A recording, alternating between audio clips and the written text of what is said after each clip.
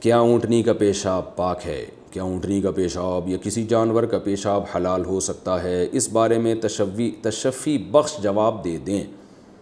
عائشہ محمد لاہور سے۔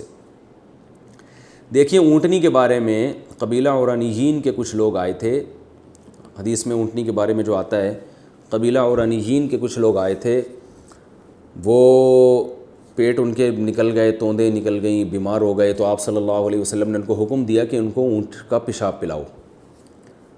تو وہ بعد میں پھر پتہ چلا منافق لوگ تھے، بہت سارے صحابہ کو انہوں نے قتل کر دیا، شہید کر دیا، لیکن چونکہ آپ صلی اللہ علیہ وسلم نے ان کے پیٹ کے علاج کے لیے اونٹنی کا پیشاب پینے کا حکم دیا تھا، تو اس حدیث سے بعض فقہا، جس میں امام احمد بن حنبل ہیں رحمہ اللہ تعالی اور دیگر فقہا، وہ اس طرف گئے ہیں کہ اونٹنی کا پیشاب بالکل پاک ہے اور پیا بھی جا سکتا ہے۔ لیکن امام ابو حنیفہ رحمہ اللہ تعالیٰ کا جو قول ہے وہ یہ ہے کہ اونٹنی کا پیشاب بھی اسی طرح ناپاک ہے جیسے دوسرے جانوروں کا پیشاب ناپاک ہے، اور اس کی دلیل وہ یہ دیتے ہیں کہ حدیث میں جو آتا ہے کہ پیشاب کو جو ناپاک قرار دیا، حدیث میں آتا ہے استنزہوا من البول فإن عامۃ عذاب القبر منہ، پیشاب سے بچو اس لیے کہ اکثر عذاب قبر پیشاب سے ہوتا ہے۔ تو وہ کہتے ہیں اس میں کوئی فرق نہیں ہے، اونٹنی کا پیشاب ہو یا گائے کا ہو یا کوئی بھی پیشاب ہو، سب سے بچنے کا حکم دیا گیا ہے۔ رہا یہ کہ یہ جو اونٹنی کا پیشاب ان کو پلایا گیا اور وہ ٹھیک ہو گئے، تو وہ کہتے ہیں کہ ان کی دلیل یہ ہے کہ یہ نبی صلی اللہ علیہ وسلم کا معجزہ ہو سکتا ہے۔ آپ صلی اللہ علیہ وسلم کو بذریعہ وحی یہ اطلاع دی گئی ہوگی کہ ان کا علاج صرف اور صرف اسی پیشاب میں ہے، اس کے علاوہ کسی چیز میں نہیں ہے۔ تو اس سے عمومی استدلال کرنا درست نہیں ہے۔ وجہ اس کی یہ کہ اگر یہ پاک ہوتا تو ہمیں ملتا پھر صحابہ کرام پیتے، جیسے ہندو گائے کا پیشاب کو صحیح سمجھتے ہیں تو پی رہے ہوتے ہیں، بہت سی کامن ہے، آپ یوٹیوب پہ لکھیں بہت سارے ہندو ملیں گے آپ کو۔ تو ہمیں کوئی روایت نہیں ملتی کہ کسی صحابی نے اونٹنی کا پیشاب اس واقعے کے بعد پیا ہو، یا چاہے بیماری میں ہی پیا ہو، ہمیں نہیں ملتا ایسا۔ تو اس لیے ہماری رائے میں امام ابو حنیفہ کا موقف اس بارے میں مضبوط ہے کہ اونٹنی کا پیشاب بھی ناپاک ہے جیسے دوسرے جانوروں کا پیشاب ناپاک ہے، اور اس کا پینا بھی جائز نہیں ہے جیسے دوسرے جانوروں کا پیشاب پینا جائز نہیں ہے۔ ہاں ایک جزوی واقعہ ہے کہ نبی صلی اللہ علیہ وسلم کو بذریعہ وحی علم ہو گیا ہوگا، کیونکہ اس وقت وحی کا دروازہ کھلا ہوا تھا۔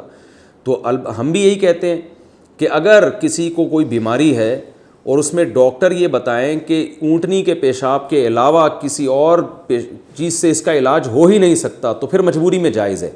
پھر وہ اونٹنی کیا، وہ تو بکری کے پیشاب کے بارے میں بھی اگر ڈاکٹر کہہ دیں کسی کو کہ بھائی یہ مر جائے گا تو اس کا علاج صرف اسی بکری کے پیشاب میں ہے، تو جان بچانے کے لیے تو سور کا گوشت کھانا بھی جائز ہے۔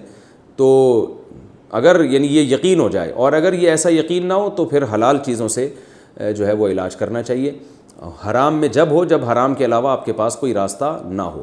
تو یہ موقف مضبوط موقف ہے۔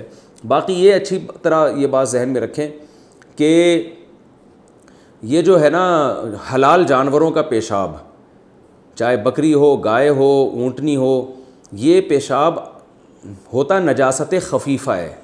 نجاست کی دو قسمیں، غلیظہ اور خفیفہ۔ غلیظہ کہتے ہیں جو بالکل سخت ناپاک ہوتی ہے، تھوڑی سی بھی جسم پہ لگ جائے تو دھوئے بغیر نماز نہیں ہوتی، تھوڑی سی مراد ہتھیلی کی گہرائی کے برابر۔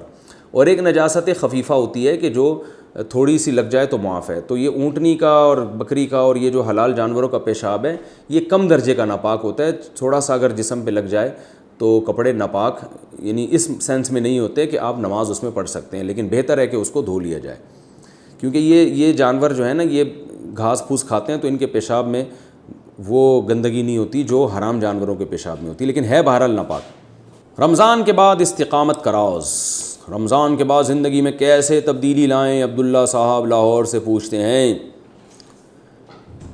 بھائی رمضان کے بعد تبدیلی ایسے لے کر آئیں کہ آپ جو ہے نا کیسے لے کر آئیں، پولیس کو بتانا پڑے گا بھائی، پولیس ہی لا سکتی ہے تبدیلی۔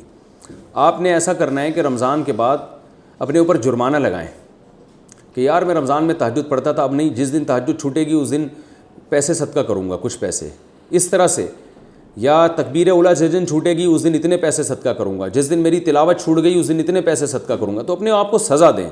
باقی میں ڈیٹیل پر اس پہ انشاءاللہ بیان کر چکا ہوں، دوبارہ بیان کروں گا، یہ بھی فی الحال شارٹ کلپ ہے، شارٹ مسائل ہیں تو اس میں فی الحال اتنا کافی ہے۔ جرمانہ سسٹم چلائیں، جرمانہ سسٹم۔